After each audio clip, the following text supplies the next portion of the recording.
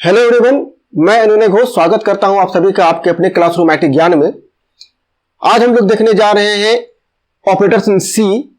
आज से हम 5 वीडियो का सीरीज बनाने जा रहे हैं जिसमें कि हम लोग डिस्कस करेंगे सी के ऑपरेटर्स को, उसके सारे कैटेगरीज को, प्रैक्टिकली और थियोरेटिकली बोथ।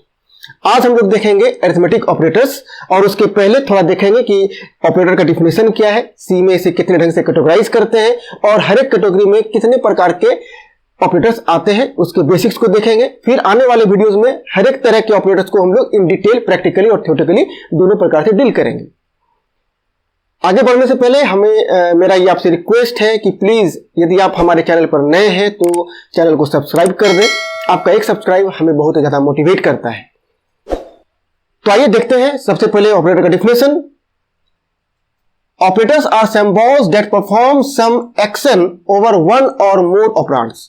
साफ शब्दों में कहा गया है कि ऑपरेटर्स क्या है, सिंबल्स हैं जो एक स्पेसिफिक टास्क को परफॉर्म करेगा, एक स्पेसिफिक एक्शन को परफॉर्म करेगा over one or more operands. यहां पर ऑपरेंड्स किसे कहते हैं और ऑपरेटर किसे कहते हैं ये समझ लें। मान लीजिए 10 + 5 हम लोग लिख रहे हैं, हम लोग मैथमेटिक्स में भी इस तरह से लिख सकते हैं और लिखते ही हैं 10 + 5। तो प्लस यहां पर क्या है, ऑपरेटर है, एक सिंबल है ऑपरेटर जो स्पेसिफिक टास्क करेगा और वो स्पेसिफिक टास्क होगा प्लस का, एडिशन का। किसके ऊपर करेगा, तो ये जो दो चीज है 10 और 5 इसे हम लोग कहते हैं ऑपरेंड, इन दोनों के ऊपर परफॉर्म करेगा। अब आप यहां पर एक चीज ध्यान दे सकते हैं, वन और मोर मतलब सी में कुछ ऐसे भी ऑपरेटर्स हैं जो एक ही ऑपरेंड पर वर्क करता है। बहुत सारे ऐसे ऑपरेटर्स हैं जो 2 ऑपरेंड्स पर वर्क करते हैं और सिर्फ एक ही ऑपरेटर ऐसा है जो 3 ऑपरेंड पर वर्क करता है। इसे हम लोग अभी थोड़े दिन में देख लेंगे। अब हम लोग देखते हैं कि सी में किस प्रकार से ऑपरेटर्स को कैटेगराइज किया जा सकता है और किया गया है। सी में ऑपरेटर्स को 2 आधार पर कैटेगराइज किया गया है। पहला कि based on list number of operand an operator needs, मतलब कम से कम ऑपरेंड जिसे एक ऑपरेटर की जरूरत पड़ेगी, ठीक है, या एक ऑपरेटर को कम से कम कितने ऑपरेंड की जरूरत पड़ेगी इसके आधार पर, ठीक है। और दूसरा है type of action operator performs, मतलब किस प्रकार का एक्शन ऑपरेटर परफॉर्म कर रहा है उसके अकॉर्डिंग कैटेगराइज किया गया है। और दूसरा कि एक ऑपरेटर को कितने ऑपरेंड्स की जरूरत पड़ेगी, हाँ, उसके अकॉर्डिंग जो है कैटेगराइज किया गया है। तो ये दोनों तरह से कैटेगराइज किया गया है। आप किसी एक को फॉलो करके आगे बढ़ सकते हैं, लेकिन हम लोग देखेंगे दोनों। नोट्स में जो मैंने यहाँ पर डिस्क्रिप्शन बॉक्स में मैं दे डालूंगा उसका लिंक, उसमें मैंने दोनों को डिफाइन किया है, आप दोनों को रेफर जरूर करें। तो इसके अकॉर्डिंग यूनरी है, बाइनरी है और टर्नरी है। यहां पर यूनरी का मतलब ये हुआ कि एक ऑपरेंड को एक ऑपरेटर को एक ही ऑपरेंड चाहिए, ठीक है, एक ही ऑपरेंड चाहिए इस तरह के ऑपरेटर को। बाइनरी में मतलब इसे 2 ऑपरेंड चाहिए और टर्नरी में इसे 3 ऑपरेंड चाहिए। यूनरी में जो आएंगे वो होंगे माइनस प्लस प्लस प्लस, यहां पर इसे हम लोग कहते हैं पॉइंटर ऑपरेटर। साइज ऑफ में स्पेस नहीं है, एक साथ लिखा हुआ है। ये सारे ऑपरेटर्स हैं आपके कौन, यूनरी, ठीक है। एक और है, मान लीजिए यहां पर नॉट लगा देते हैं, नॉट साइन आपका यूनरी है। बीट वाइज ऑपरेटर में ये जो वंस कॉम्प्लीमेंट है इसे टिल्डे साइन कहते हैं वैसे, लेकिन ये बीट वाइज ऑपरेशन में वंस कंप्लीमेंट का एक्शन परफॉर्म करेगा। इसके एक्शंस को हम लोग आगे आने वाले वीडियोस में डिस्कस करेंगे। तत्काल सिर्फ आप ये देख लीजिए कि किस कैटेगरी में कौन कौन से ऑपरेटर्स आते हैं। यहां पर जो आपको दिख रहा है माइनस और प्लस, ये यूनरी माइनस प्लस है। इस माइनस को निगेशन भी कहते हैं, ठीक है। बाइनरी में भी माइनस होगा, प्लस होगा। मल्टीप्लाई को स्टार से हम लोग डिनोट करते हैं, डिवीजन को फॉरवर्ड स्लैश से। ये मॉडुलस है, मॉडुलस जो कि रिमाइंडर रिटर्न करेगा किसी भी डिवीजन ऑपरेशन का, हम लोग देखेंगे। अब इसमें आपका इक्वल टू साइन है, ग्रेटर देन इक्वल टू है, लेस देन इक्वल टू है, ग्रेटर देन है, लेस देन है, नॉट इक्वल टू है, लॉजिकल एंड है, लॉजिकल और है, बिटवाइज एंड है, बिटवाइज और है, राइट शिफ्ट, लेफ्ट शिफ्ट, बहुत सारे ऑपरेटर्स हैं, बहुत लंबा चौड़ा लिस्ट है, क्योंकि ये सारे इसमें से कुछ एक को छोड़कर बाकी सभी बाइनरीज ही हैं। और टर्नरी में एक ही सिंबल है जो कि दोनों मिलाकर होता है, जिसमें कि ये 3 इसे ऑपरेंड चाहिए, एक यहां पर ऑपरेंड चाहिए, एक यहां पर ऑपरेंड चाहिए और यहां पर ऑपरेंड चाहिए। तीनों ऑपरेंड जो सेपरेट हो रहे हैं, तो पहला ऑपरेंड दूसरे से सेपरेट हो रहा है क्वेश्चन मार्क से, और दूसरा ऑपरेंड तीसरे ऑपरेंड से सेपरेट हो रहा है कोलन मार्क से। दोनों मिलकर टर्नरी ऑपरेटर है। इसे कंडीशनल ऑपरेटर भी कहते हैं। कंडीशनल ऑपरेटर और टर्नरी ऑपरेटर सेम है। तो यहां पर मैंने कुछ ऑपरेटर्स के ही नाम मैंने दिखाए हैं, लेकिन डिस्कस हम आने वाले वीडियोस में सारे पर करेंगे। अब एक बार देख लेते हैं कि ये यूनरी किस प्रकार से है और किस प्रकार से वर्क करता है। हम लोग मैथ्स में कभी कभी क्या लिखते हैं ना, -10। तो ये -10 में ऑपरेंड कितना है, एक ही है। इस ऑपरेटर को कितने ऑपरेंड की जरूरत पड़ी, एक ही ऑपरेंड की जरूरत पड़ी, इसलिए ये यूनरी में ही आता है। अब आप बोलेंगे ये प्लस किस प्रकार से यूनरी हो गया। तो यदि कोई नंबर हम लोग लिखते हैं तो बाय डिफॉल्ट वो क्या होता है, यदि उसके पहले कोई भी ऑपरेटर नहीं है तो बाय डिफॉल्ट वो क्या होता है, प्लस। तो ये प्लस भी मेरा क्या है, यूनरी है।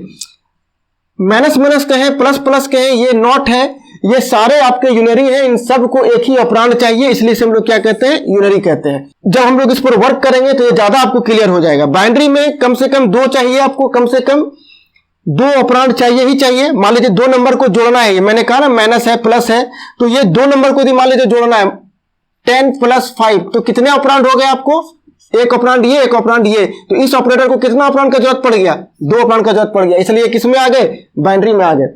इसी प्रकार से इसमें जितने भी ऑपरेटर्स हैं उन सब को 2 ऑपरेंड की जरूरत पड़ेगी।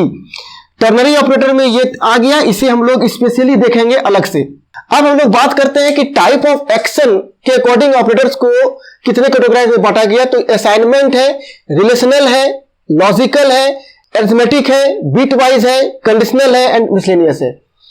Arithmetic, relational, logical, assignment, bit wise, conditional and miscellaneous. Miscellaneous में बहुत तरह के ऑपरेटर्स को मिलाकर रखा गया है। अलग अलग जगह पर आपको कैटेगरीज अलग अलग दिखाई पड़ सकता है। आप उसे पढ़ेंगे तो आपको लगेगा कि ये कैटेगरीज अलग है, लेकिन जब आप उसका कंक्लूजन निकालेंगे तो वो सेम आएगा। ठीक है, आपको ये कैटेगरीज भी बहुत जगह दिखाई पड़ेगा। ऑनलाइन सर्च करें वहां दिखाई पड़ेगा, बहुत सारे बुक्स को रेफर करें वहां दिखाई देने पड़ रहा है आपको। अब हम लोग इसे ही देखते हैं कि अरिथमेटिक में कौन कौन सा आता है, रिलेशनल में कौन कौन सा आता है, लॉजिकल में कौन कौन सा आता है। देखिए अरिथमेटिक में प्लस, जो भी अरिथमेटिक वर्क करेगा, अरिथमेटिक वर्क कौन कौन करता है, प्लस, माइनस, मल्टीप्लाई के लिए स्टार सिंबल का इस्तेमाल करते हैं, डिवीजन के लिए फॉरवर्ड स्लैश एंड मॉड के लिए इसका इस्तेमाल करते हैं परसेंट साइड, इसको कहते हैं मॉड, है ना। ये मॉड क्या करता है, डिवीजन का रिमाइंडर रिटर्न करता है। एक एक करके इसको देखते चले जाते हैं। फॉर एग्जांपल यदि कोई एक वेरिएबल है, क्योंकि हम लोगों ने कुछ प्रोग्राम्स बनाए हैं तो आपको पता है कि वेरिएबल क्या है, डेटा टाइप क्या है। तो मान लीजिए एक वेरिएबल है इंट ए, जिसमें कि हम लोगों ने दे दिया 10, और एक वेरिएबल है बी जिसमें हम लोग दे देते हैं 4, ठीक है, और एक वेरिएबल है आपका सी जिसमें हम लोग रिजल्ट स्टोर करेंगे। तो यहां पर यदि C equal to A plus B करेंगे तो रिजल्ट क्या होने वाला है इसका, ए में कितना है 10, बी में कितना है 4, तो रिजल्ट कितना हो जाएगा 14। यदि c equal to A minus B करेंगे तो ये क्या करेगा, b को माइनस करेगा a से, सब्सट्रैक्ट b फ्रॉम a, तो 10 माइनस 4 कितना हो जाएगा 6।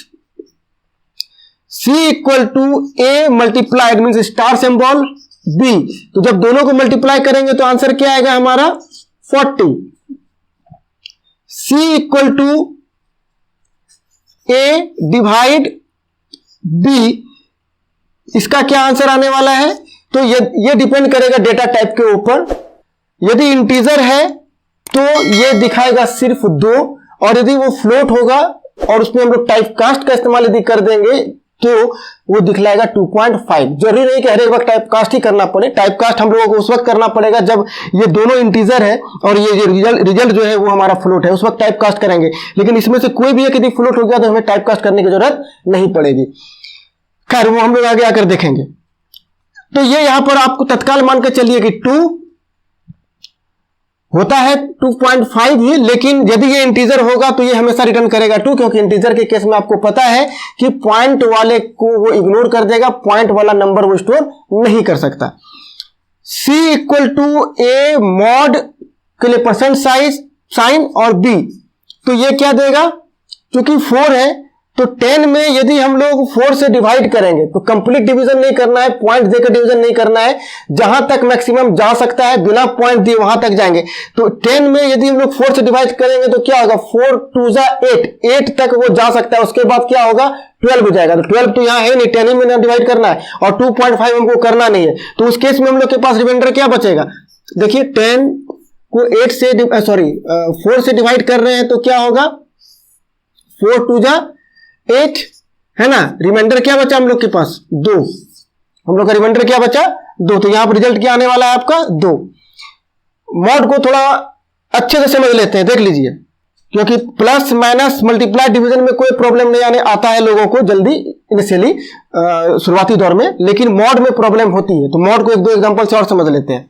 यदि A में 10 है और B में 6 है तो क्या होने वाला है रिजल्ट,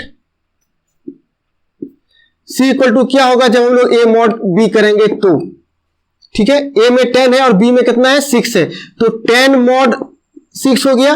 तो 10 में यदि 6 से डिवाइड करेंगे तो मैक्सिमम कितनी बार डिवाइड कर सकते हैं बिना डेसिमल पॉइंट दिए हुए, 1 टाइम। 10 डिवाइड 6 1 जा 6, रिमाइंडर क्या बचा 4, तो ये हमारा रिमाइंडर क्या हो जाएगा, रिजल्ट 4 हो जाएगा। C इक्वल टू यदि B में 6 नहीं होकर 7 रहता तो रिमाइंडर क्या बच जाता, स्वाभाविक सी बात है, यदि 7 से डिवाइड करेंगे तो 7 1 जा 7, ठीक है, और रिमाइंडर क्या बचेगा हमारा 3। प्रॉब्लम कब आता है कि जब A में 7 होता और B में 10 होता, उस केस में क्या होगा, तो आप समझ लीजिए कि यहां हम लोगों को 7 में 10 से डिवाइड करना है, तो क्या ऐसा डिवीजन पॉसिबल है बिना पॉइंट दिए हुए, तो बिना पॉइंट दिए हुए तो हम लोग बिना दशमलव का यूज किए हुए तो हम लोग डिवाइड कर नहीं सकते। इस केस में चूंकि इसमें डिवीजन हो ही नहीं रहा है तो जो मेरा रिजल्ट होगा इस केस में क्या होगा, 7 मॉड 10 के केस में क्या होगा 7, ठीक है। तो इसे इस तरह भी याद रख सकते हैं कि यदि हम लोग इस प्रकार से डिवाइड कर रहे हैं तो ये जो ऊपर वाला पार्ट है, ठीक है, वो हमारा रिजल्ट बन जाता है मॉडुलस के केस में। इसे आप इस प्रकार से याद रख सकते हैं। अदरवाइज जो मैथमेटिकल फॉर्मूला ये है या रूल ये है कि चूंकि इसमें डिवाइड हम नहीं कर पा रहे हैं, 10 को 0 से मल्टीप्लाई कर रहे हैं तो ये 0 ही होगा एटलीस्ट, क्योंकि 1 से तो मल्टीप्लाई नहीं कर सकते, 1 से मल्टीप्लाई करेंगे तो यहाँ 10 हो जाएगा। पॉइंट देके हम लोग कर नहीं सकते, तो इसे किससे मल्टीप्लाई करेंगे हम लोग 0 से मल्टीप्लाई करेंगे तो होगा क्या, यहाँ पर 0 10 0 0, और यहां पर यदि हम लोग माइनस करेंगे तो रिजल्ट क्या आ रहा है, रिमाइंडर क्या आ रहा है हमारा 7। तो मैथमेटिकली ये हो रहा है, लेकिन याद रखने के लिए आप ये कर सकते हैं कि जो ऊपर में यदि ऊपर में छोटा है तो जो छोटा वाला नंबर है ऊपर वाला वो आपका रिमाइंडर हो जाएगा किस केस में, मॉडुलस के केस में। कब, जब हम लोग छोटे नंबर्स का मॉड निकालते हैं बड़े नंबर के साथ। अब देखते हैं कि रिलेशनल में कौन कौन सा आता है, इसे हम लोगों ने डिस्कस कर लिया। आज इसका प्रैक्टिकल भी करके देखेंगे और आने वाले वीडियोस में इन सभी पर थियोरेटिकली और प्रैक्टिकली दोनों तरह से डिस्कस करेंगे। तो हमारे चैनल के साथ जरूर बने रहिए, इन वीडियोस की सीरीज को जरूर देखिए। रिलेशनल में आपका आ जाएगा डबल इक्वल टू, इससे ये इक्वालिटी चेक करने के लिए यूज होता है, ठीक है। क्यों होता है ये हम लोग आगे जाकर देखेंगे। ये है ग्रेटर देन, ये है लेस देन, ये है ग्रेटर देन इक्वल टू, ये है लेस देन इक्वल टू, और एक और ऑपरेटर है वो है नॉट इक्वल टू। नॉट के लिए एक्सक्लामेशन साइन का इस्तेमाल करते हैं। एक्सक्लामेशन साइन इंग्लिश में जो आप देखते हैं ना, इंग्लिश सेंटेंस में या हिंदी सेंटेंस में हम लोग एक्सक्लामेशन साइन इस्तेमाल करते हैं, वो यूज होता है, और उसके साथ एक इक्वल टू साइन यूज होता है, वो बन जाता है हमारा क्या, not equal to. Relational operators का इस्तेमाल हम लोग क्यों करते हैं, तो एक्सप्रेशंस के रिलेशनशिप को उस चेक करने के लिए या उसे कंपेयर करने के लिए हम लोग रिलेशनल ऑपरेटर को यूज करते हैं, इसलिए इसका नाम रिलेशनल ऑपरेटर रखा गया है। और कभी कभी इसे हम लोग कंपैरिजन ऑपरेटर भी कहते हैं, ठीक है। तो आपको बहुत जगह रिलेशनल ऑपरेटर दिखेगा कि वहां पर कंपैरिजन ऑपरेटर लिखा हुआ है, तो यदि कंपैरिजन ऑपरेटर भी लिखा हुआ है तो कोई दिक्कत नहीं है, बात सेम है, उसमें भी इसी 6 ऑपरेटर को वो डील कर रहा है, ठीक है। इन्हीं ऑपरेटर को वो डील करेगा, कौन, कंपैरिजन ऑपरेटर। या तो रिलेशनल ऑपरेटर कहें या तो कंपैरिजन ऑपरेटर कहें, बात बराबर है। कंपेयर करता है दो ऑपरेंड्स के वैल्यू को। लॉजिकल ऑपरेटर में आ जाते हैं 3 ऑपरेटर, लॉजिकल एंड, दो पाइपलाइन भी आपको बताएंगे आगे जाकर, इसे कहते हैं लॉजिकल और यहां पर एक्सक्लामेशन साइन, सिर्फ एक्सक्लामेशन साइन, जिसे हम लोग कहते हैं नॉट। ये जो असाइनमेंट ऑपरेटर है इसमें आपका जो आएगा वो हो जाएगा आपका, एक बार से हम रब कर देते हैं, आप इसे बाद में रिवाइंड करके रेफर कर लीजिएगा। असाइनमेंट ऑपरेटर में आपके आ जाएंगे equal to, plus equal to, minus equal to, multiply equal to, divide equal to, mod equal to. उसके बाद आपका हो जाएगा, जितने भी बिट वाइज ऑपरेटर हैं उनका भी इस्तेमाल कर सकते हैं हम लोग यहां पर। तो आप लिख सकते हैं bitwise operator equal to, और equal to, right shift equal to, left shift equal to, complement equal to, XOR equal to. ये सारा सिंबल्स आपका असाइनमेंट ऑपरेटर में आएगा। इसके भी वर्क को हम लोग आगे आने वाले वीडियोस में देखेंगे, प्रैक्टिकली भी देखेंगे, थियोरेटिकली भी देखेंगे। बिट वाइज ऑपरेटर में, बिट वाइज ऑपरेटर जो है इंटरनली बिट्स पर वर्क करते हैं। बिट्स पर मतलब कि जो भी नंबर आप देंगे, जो भी वैल्यू आप देंगे, उसे इंटरनली वो बाइनरी में कन्वर्ट करेगा और फिर बाइनरी वर्क करेगा, उस पर बाइनरी ऑपरेशन परफॉर्म करेगा। तो बाइनरी ऑपरेशन में हम लोग जो परफॉर्म करते हैं वो ये, सबसे पहले कंप्लीमेंट एंड ऑपरेशन परफॉर्म करते हैं, और ऑपरेशन परफॉर्म करते हैं, नॉट ऑपरेशन परफॉर्म के लिए कंप्लीमेंट ही है। यहां पर जॉर ऑपरेशन परफॉर्म करते हैं। उसके बाद राइट शिफ्ट और लेफ्ट शिफ्ट परफॉर्म करते हैं। इन सबको भी देखेंगे, निश्चिंत रहिए इसके लिए। कंडीशनल ऑपरेटर में हम लोग बताए थे कि एक ही ऑपरेटर है, वो है टर्नरी। क्या भाई? तो क्वेश्चन मार्क एंड ये कोलन, ये आपका टर्नरी कंडीशनल ऑपरेटर है या टर्नरी ऑपरेटर है, जो कहिए, दोनों में से दोनों टर्म यूज कर सकते हैं इसके लिए। और मिसलेनियस में जो आपका आएगा वो आ जाएगा, सबसे पहले आप डॉट ऑपरेटर लगा सकते हैं। मिसलेनियस में साइज ऑफ ऑपरेटर आ जाता है, साइज ऑफ, क्योंकि कीवर्ड है और ऑपरेटर भी है इसलिए सारा लेटर स्मॉल होगा। ये ऑपरेटर भी इस्तेमाल होता है, आगे जाएंगे देखेंगे इसको क्या यूज है इसका। लेकिन ये पॉइंटर्स के केस में हम लोग यूज करते हैं, ये स्ट्रक्चर के केस में, और ये स्ट्रक्चर विथ पॉइंटर के केस में। ये पॉइंटर ऑपरेटर जो है, हालांकि ये मल्टीप्लिकेशन के लिए भी यूज होता है और पॉइंटर के लिए भी यूज होता है। तो यहां पर जो मैं जिक्र कर रहा हूं वो पॉइंटर वाले के लिए जिक्र कर रहा हूं, ठीक है। मिसलेनियस में इसको रख सकते हैं आप। तो ये सारे ऑपरेटर्स हैं जो आपके मिसलेनियस में आ जाएंगे। तो मेरे ख्याल से यहां तक देख लेने के बाद आपको थियोरेटिकली कोई प्रॉब्लम नहीं हुआ होगा। अरिथमेटिक को अभी हम लोग प्रैक्टिकली देख लेते हैं। फिर भी रिलेशनल में कौन कौन से ऑपरेटर हैं, लॉजिकल में कौन कौन से ऑपरेटर हैं। लॉजिकल ऑपरेटर्स हम लोग यूज करते हैं दो एक्सप्रेशंस को कंबाइन करने के लिए, और फिर दोनों एक्सप्रेशन के ऊपर वो लॉजिकल ऑपरेशन परफॉर्म करता है, लॉजिकल एंड, लॉजिकल और, लॉजिकल नॉट, और उसके अकॉर्डिंग वो रिजल्ट जो है इवैल्यूएट करता है। तो ये हम लोग आगे जाकर देखेंगे। असाइनमेंट में कितने सिंबल्स हैं, ऑपरेटर्स हैं, ये देख लिए। बिट वाइज में कौन कौन से हैं ये देख लिए। कंडीशनल कौन है वहां पर देख लिए, और मिसलेनियस कौन है ये भी हम लोग देख लिए। इन सब को हम लोग डील करेंगे। ये जो है इसमें से ये जितना भी देख रहे हैं हम लोग, ये बहुत आगे का पार्ट है, तो हम लोग ऑपरेटर वाले वीडियोस के सीरीज में नहीं देखेंगे, लेकिन बाकी सब हम लोग इसी सीरीज में इसको डील कर लेंगे। आइए चलते हैं हमारे पीसी पर और देखते हैं कि प्रैक्टिकली हम लोग अरिथमेटिक ऑपरेशंस को के साथ किस प्रकार से वर्क करते हैं। चलिए अब हम लोग देखते हैं प्रैक्टिकली किस प्रकार से अरिथमेटिक ऑपरेटर को हम लोग यूज करें अपने प्रोग्राम्स में। जैसा कि मैंने अभी बोर्ड पर भी डिस्कस किया, अरिथमेटिक ऑपरेटर 5 हैं हमारे पास, plus, minus, multiplication, division and modulus. तो इन पांचों का हम लोग यूज करेंगे, प्रैक्टिकली देखते हैं उसको। मैंने .c++ ओपन कर लिया है। हम लोगों का ये आईडीई है जहां पर हम लोग सी का कोड करते हैं, जिस पर कि मैंने यहाँ पर #include stdio.s लिख डाला है, जो कि हम लोगों को लिखना भी है, ठीक है। void main उसके बाद हम लोगों ने यहाँ पर लिखा हुआ है। void main के बाद हम लोगों ने कर्ली ब्रेस स्टार्ट किया, कर्ली ब्रेस क्लोज किया। यदि आप लोगों को प्रोग्राम किस प्रकार से क्रिएट करें, फाइल कैसे क्रिएट करें, प्रोग्राम किस प्रकार से कोड करें, सेव करें, एग्जीक्यूट करें, रन करें, इसमें कुछ प्रॉब्लम आ रही है समझने में, तो आप हमारा पिछला वीडियो जरूर देखें।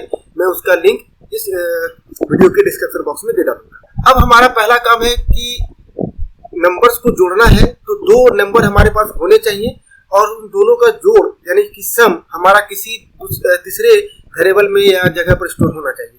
तो वेरिएबल डिक्लेरेशन भी मैंने डिस्कस कर लिया है पिछले ही वीडियो में। तो देखते हैं, सबसे पहले हम लोग क्रिएट करते हैं वेरिएबल, लगाते हैं इंट a, b, c मैंने यहाँ पर 3 वेरिएबल डिक्लेयर कर दिया है। अब इसमें से हम क्या करेंगे ना कि फर्स्ट 2 वेरिएबल्स में हम लोग यूजर से इनपुट लेंगे। तो यूजर से इनपुट किस प्रकार से लेते हैं हम लोग, उसके लिए यूज करते हैं, सबसे पहले मैसेज देते हैं यूजर को कि आप एंटर करें कोई नंबर। तो यहाँ पर लिखते हैं प्रिंटफ। प्रिंटफ जैसा कि आप लोग जानते हैं इसका इस्तेमाल हम लोग करते हैं नंबर को मैसेज को डिस्प्ले करने के लिए। यहाँ पर मैंने दे दिया है एंटर ए नंबर। अब यहाँ पर स्कैनफ कराते हैं, स्कैनफ %d %a, ठीक है। %d क्यों दिए, जैसा कि मैंने डिस्कस किया था, इंट का फॉर्मेट स्पेसिफायर है %d और हमें चूंकि नंबर लेना है इंट में, यहाँ देख लीजिए। तो हम लोग क्या करेंगे, इस यहाँ पर जो फॉर्मेट स्पेसिफायर प्रोवाइड करेंगे वो इंट होगा। सिमिलरली इसी तरह के मैसेज को हम लोग फिर कॉपी कर लेते हैं, कंट्रोल C करके कॉपी कर लेते हैं और कंट्रोल V करके पेस्ट कर देते हैं। यहाँ पर A की जगह चेंज कर देते हैं अनदर, और यहाँ पर इस A को हम लोग चेंज करके कर देते हैं B, ठीक है। थोड़ा खूबसूरत बनाने के लिए यहाँ पर कोलन एक स्पेस दे देते हैं, इसे भी खूबसूरत बनाने के लिए कोलन। तो देखिए यहाँ पर हम लोगों ने क्या किया, 2 नंबर का इनपुट ले लिया यूजर से, मैसेज प्रिंट करेगा, इनपुट लेगा, फिर मैसेज प्रिंट करेगा और इनपुट लेगा। चलिए 2 नंबर तो हमारे पास आ गया। अब इसे जोड़ते हैं, जोड़कर रखना है हम लोगों को। C = A + B हम लोग को ही करना है। क्या होगा, जो भी यूजर ने नंबर दिया यहाँ पर A में और B में, वो कहाँ आ गया, मेरा A और B में आ गया। और इस A और B को हम लोग क्या कर रहे हैं, यहाँ पर जोड़ रहे हैं और जोड़कर क्या कर रहे हैं, उसे C में असाइन कर रहे हैं। अब हमें सिंपली क्या करना है, रिजल्ट तो मेरे पास आ गया, प्रिंट कर देना है। प्रिंट कर देते हैं P। हमने यहाँ पर लिखा printf result = %dc। आप अपने ढंग से भी मैसेज दे सकते हैं कि पूरा कंप्लीट मैसेज दे सकते हैं, सम ऑफ जो भी नंबर दिया हुआ है उसका रिजल्ट जो है हमारा C आया। मैंने यहाँ पर सिंपल मैसेज दिया है। अब इस प्रोग्राम को हम लोग कर देते हैं सेव करते हैं। हम लोग डेस्कटॉप पर जाते हैं। देखिए मैंने डेस्कटॉप पर ऑलरेडी आप लोगों के लिए एक फोल्डर बना कर रखा हुआ है OPTRS नाम से, उसी फोल्डर में हम लोग सेव करेंगे। यहाँ पर फाइल का नाम हम लोग दे देते हैं ऐड और एक्सटेंशन चूज कर लेते हैं C, क्योंकि C में कोड करना है तो C एक्सटेंशन यूज करेंगे और कर देते हैं सेव। इस बार हम लोग जाते हैं एग्जीक्यूट मेनू में। एग्जीक्यूट मेनू में जाते हैं, कंपाइल को क्लिक करते हैं, या आप चाहे तो F9 शॉर्टकट भी प्रेस कर सकते हैं कीबोर्ड पर। मैंने कंपाइल क्लिक किया, कोई एरर मैसेज नहीं है हमारे पास यहाँ पर। अब हम लोग क्या करेंगे, फिर से एग्जीक्यूट मेनू में जाएंगे और रन को क्लिक करेंगे, अदरवाइज हम लोग F10 भी प्रेस कर सकते हैं। तो रन को क्लिक किए, यहाँ पर डिमांड कर रहा है वो नंबर, जैसा कि मैंने प्रोग्राम में किया हुआ है, एक मैसेज दिया हुआ है एंटर ए नंबर मैसेज आया। यहाँ पर देखिए कर्सर ब्लिंक कर रहा है इस जगह पर। यहाँ पर हमें क्या करना है, एक नंबर प्रोवाइड करना है। सपोज मैं यहाँ पर प्रोवाइड करता हूँ 65, और अब हमें क्या करना है, एंटर प्रेस कर देना है। हम लोग एंटर प्रेस कर देते हैं। देखिए दूसरा नंबर डिमांड कर रहा है, वो एंटर अनदर नंबर। यहाँ पर हम लोग दे देते हैं 7। तो हमारा आंसर क्या होना चाहिए, 72, जो रिजल्ट आपके सामने यहाँ पर दिख रहा है। इसी प्रकार से हम लोग सब्सट्रैक्शन का भी यूज कर सकते हैं। सब्सट्रैक्शन के लिए भी हम लोग को कोडिंग में ज्यादा चेंज करना नहीं है, वेरिएबल्स तो उतने ही रहेंगे, मैसेज देना ही है, नंबर इनपुट करना ही करना है हम लोगों को, फिर एक मैसेज देना है अनदर नंबर के लिए, फिर उसके लिए भी एक इनपुट करना है। बस यहाँ पर हमें चेंज कर देना है, प्लस की जगह कर देना है माइनस, और यहाँ पर रिजल्ट फिर वही प्रिंट कर देना है। अब हम लोग इसे फिर से क्या करेंगे, कंपाइल करेंगे। कंपाइल करने के बाद अब इसे फिर से क्या करेंगे, हम लोग एग्जीक्यूट करेंगे। रन पर क्लिक कर देते हैं। देखिए यहाँ पर हमारे पास एक मैसेज आया एंटर ए नंबर। यहाँ पर हम लोग दे देते हैं सपोज 50 और दूसरा नंबर दे देते हैं हम लोग 10। तो ये हमारा रिजल्ट क्या होना चाहिए, 40, जो हम लोगों को यहाँ पर 40 दिख रहा है। यहाँ पर ये करता क्या है कि B को सब्सट्रैक्ट करता है A से। इसे सेवेज कर देते हैं। सेवेज करके इसका नाम हम लोग रख देते हैं सब, और एक्सटेंशन ले लेते हैं C। अब एक बार और एग्जीक्यूट कराते हैं इसे, देखते हैं कि यदि फर्स्ट नंबर छोटा हो और सेकंड नंबर बड़ा हो तो क्या होगा। ठीक है, कंपाइल एंड रन। यहाँ पर इस बार हम लोग दे देते हैं 10 और इस बार दे देते हैं 60। तो आपके हिसाब से आंसर होना चाहिए -50, जो कि यहाँ पर आपको दिखेगा। देखिए 50 के पहले माइनस वो शो कर रहा है। रिजल्ट मेरा क्या हुआ, निगेटिव आ गया। फिर से इसे हम लोग सेव कर देते हैं फाइल को।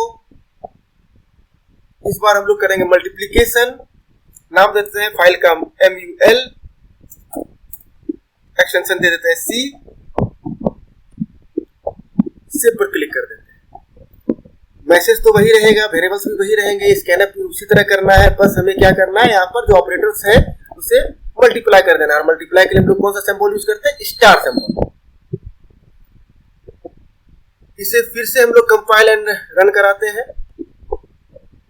देखिए यहाँ पर हम लोगों को से एक डिमांड करा है नंबर 6 दे देते हैं इस बार, और दे देते हैं 3। रिजल्ट क्या आएगा? 18। तो 18 आपके पास यहाँ पर आ गया। एक बार और रन कराकर आप देख सकते हैं। एग्जीक्यूट मेन्यू में जाइए, रन पर क्लिक कीजिए। मान लीजिए 15 देते हैं और 9 देते हैं, 135 आंसर आ गया आपका। अब हम लोग करते हैं डिवीजन। ठीक है, डिवीजन के लिए इसे फिर से एक बार फाइल को सेव कर देते हैं। फाइल नेम दे देते हैं हम लोग div_1 दे देते हैं, क्योंकि एक और भी हम लोग डेमोस्ट्रेट करेंगे, इसमें मैं आपको करूंगा। यहाँ पर सेव पर क्लिक किए, कंपाइल एंड रन। 15 डिवाइड 3, जब मैंने इनपुट किया number, first number 15, second number 3, तो डिवाइड करने पर रिजल्ट क्या आना चाहिए? 5। तो यहाँ पर आपको 5 दिखेगा, ये दिख गया 5 आपको यहाँ पर। यदि हम लोग यहाँ पर फिर से एक कंपाइल एंड रन कराते हैं और नंबर दे देते हैं 10 डिवाइड 3, तो आप सोच रहे होंगे कि ये हमारा रिजल्ट होगा 3.3333 कुछ इस प्रकार से, लेकिन नहीं, यहाँ पर रिजल्ट आएगा आपका 3, क्योंकि यहाँ पर हम लोग वर्क कर रहे हैं इंटीजर के साथ। इंटीजर डेटा टाइप दिख रहा है यहाँ पर, इंटीजर डेटा टाइप, इनपुट भी इंटीजर से ले रहे हैं और रिजल्ट भी इंटीजर में ही शो कर रहे हैं। और इंटीजर डेसिमल पॉइंट के साथ नंबर्स को स्टोर नहीं कर सकता, इसलिए यहाँ पर रिजल्ट भी हमारा जो दिख रहा है उसमें डेसिमल पॉइंट वाला नंबर नहीं दिख रहा है। डेसिमल पॉइंट के बाद जितने भी डिजिट्स इसमें आ रहे हैं उसे वो इंटरनली इग्नोर कर दे रहा है। यदि आप डेसिमल पॉइंट के साथ वर्क करना चाहते हैं तो सिंपली इसे यहाँ पर हम लोग को फ्लोट कर देना पड़ेगा। ठीक है, और यहाँ पर फॉर्मेट स्पेसिफायर भी फ्लोट कर देना पड़ेगा अकॉर्डिंगली। वो अभी हम लोग करके देखेंगे दूसरे फाइल में। अब एग्जीक्यूट कराते हैं फिर से प्रोग्राम को, और इस बार क्या करते हैं हम लोग 0 से डिवाइड करते हैं। जैसे ही हम लोग किसी नंबर को 0 से डिवाइड करेंगे तो हमारा प्रोग्राम एबोर्ट कर जाएगा। एबोर्ट कर जाएगा मतलब बीच में ही वो प्रोग्राम हमारा खत्म हो जाएगा, किल हो जाएगा। यहाँ पर फर्स्ट नंबर दे देते हैं 15, सेकंड नंबर देते हैं 0, और अब यदि हम लोग प्रेस करेंगे तो हमारा प्रोग्राम खत्म। देखिएगा एरर मैसेज आ गया। ये क्लोज प्रोग्राम आपको करना है और हमारा प्रोग्राम क्या हो गया? एबोर्ट कर गया। ठीक है, तो मैथ्स में भी यही होता है, हम लोग किसी भी नंबर को 0 से डिवाइड नहीं कर सकते, इनफाइनाइट रिजल्ट आता है, और यहाँ पर वो अनडिफाइंड रहता है। और सी में वो क्या करता है? इसे टर्मिनेट कर देता है, प्रोग्राम को एबोर्ट कर देता है। तो ये तो समझ में आ गया हम लोगों को कि नंबर्स को डिवाइड करेंगे तो किस प्रकार से रिजल्ट आएगा इंटीजर के केस में, और यदि 0 से डिवाइड करेंगे तो कौन सा रिजल्ट आने वाला है, मतलब मेरा प्रोग्राम एबोर्ट कर जाएगा। अब इसे फ्लोट कर देते हैं, इसे सेव एज कर देते हैं फर्स्ट div2 के नाम से। div1 मैंने पहले किया था, इस बार हमने क्या कर दिया? div2। अब फ्लोट डिक्लेयर किए हैं तो अकॉर्डिंगली हमें फ्लोट का फॉर्मेट स्पेसिफायर यूज करना होगा, जो कि होता है %f। यहाँ पर भी हम लोग फॉर्मेट स्पेसिफायर यूज करेंगे, जो कि होगा %f, और यहाँ पर भी हम लोग फॉर्मेट स्पेसिफायर यूज करेंगे %f। अब हमारा कोई दिक्कत नहीं है। कंपाइल एंड रन कराते हैं फिर से। इस बार हम लोग 10 डिवाइड 3 करेंगे तो रिजल्ट हमारा 3.33 आएगा। देख लीजिए 3.33 यहाँ पर रिजल्ट आ रहा है। तो यदि आपको पॉइंट्स में नंबर चाहिए, ठीक है, तो आप फ्लोट डेटा टाइप्स का इस्तेमाल कीजिए। अदरवाइज एक और टेक्निक है, यदि आपको मैंडेटरी है कि नहीं मुझे इंटीजर ही डिक्लेयर करना है लेकिन रिजल्ट मेरा फ्लोटिंग पॉइंट आए, तो एक टेक्निक है जिसे हम लोग कहते हैं टाइप कास्टिंग, जिसे हम लोग किसी दूसरे वीडियो में डील करेंगे, वो कर सकते हैं। तो दो में से कोई एक काम करना है, या तो आप कंप्लीट डेटा टाइप ही चेंज कर दें या तो आप टाइप कास्टिंग का यूज कर लें। ठीक है, तो तत्काल हम लोग क्या करेंगे, डेटा टाइप चेंज करके यूज करेंगे परफेक्ट रिजल्ट के लिए, result with decimal points. Division में भी कोई दिक्कत नहीं है। अब हम लोग देखते हैं कि मॉड क्या करता है। मॉड बेसिकली डिवीजन का रिमाइंडर रिटर्न करता है, और मॉड हमेशा जो परफॉर्म किया जाएगा वो इंटीजर नंबर पे ही परफॉर्म किया जाएगा, वो आपका फ्लोटिंग पॉइंट नंबर पे नहीं परफॉर्म किया जा सकता। तो हमारा डेटा टाइप हमेशा क्या होना चाहिए, मॉडुलस के केस में इंटीजर। मॉड मैंने फाइल का नाम दे दिया, एक्सटेंशन सी चूज कर लेते हैं और सेव कर देते हैं। पुनः इसे हम लोग कर देते हैं इंट, और फॉर्मेट स्पेसिफायर कर देते हैं चेंज टू डी, फिर यहाँ पर %d, और यहाँ पर रिजल्ट भी मेरा होगा %d।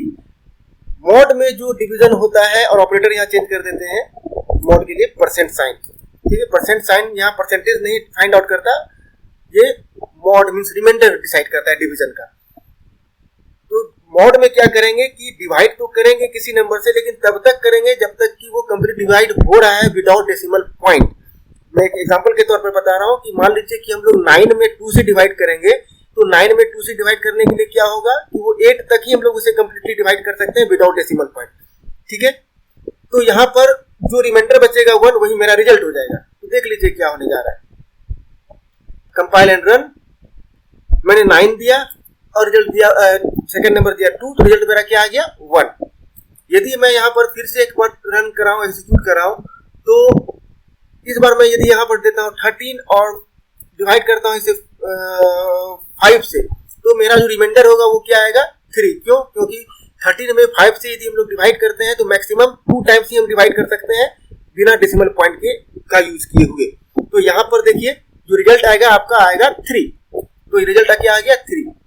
जैसा कि मैंने बोर्ड पर डिस्कस किया था कि यदि फर्स्ट नंबर जो होगा वो स्मॉल हो और सेकंड नंबर यदि मेरा जो है थोड़ा बड़ा हो, तो उस केस में क्या आएगा, जो फर्स्ट नंबर मैंने दिया है वही हमारा रिजल्ट होगा।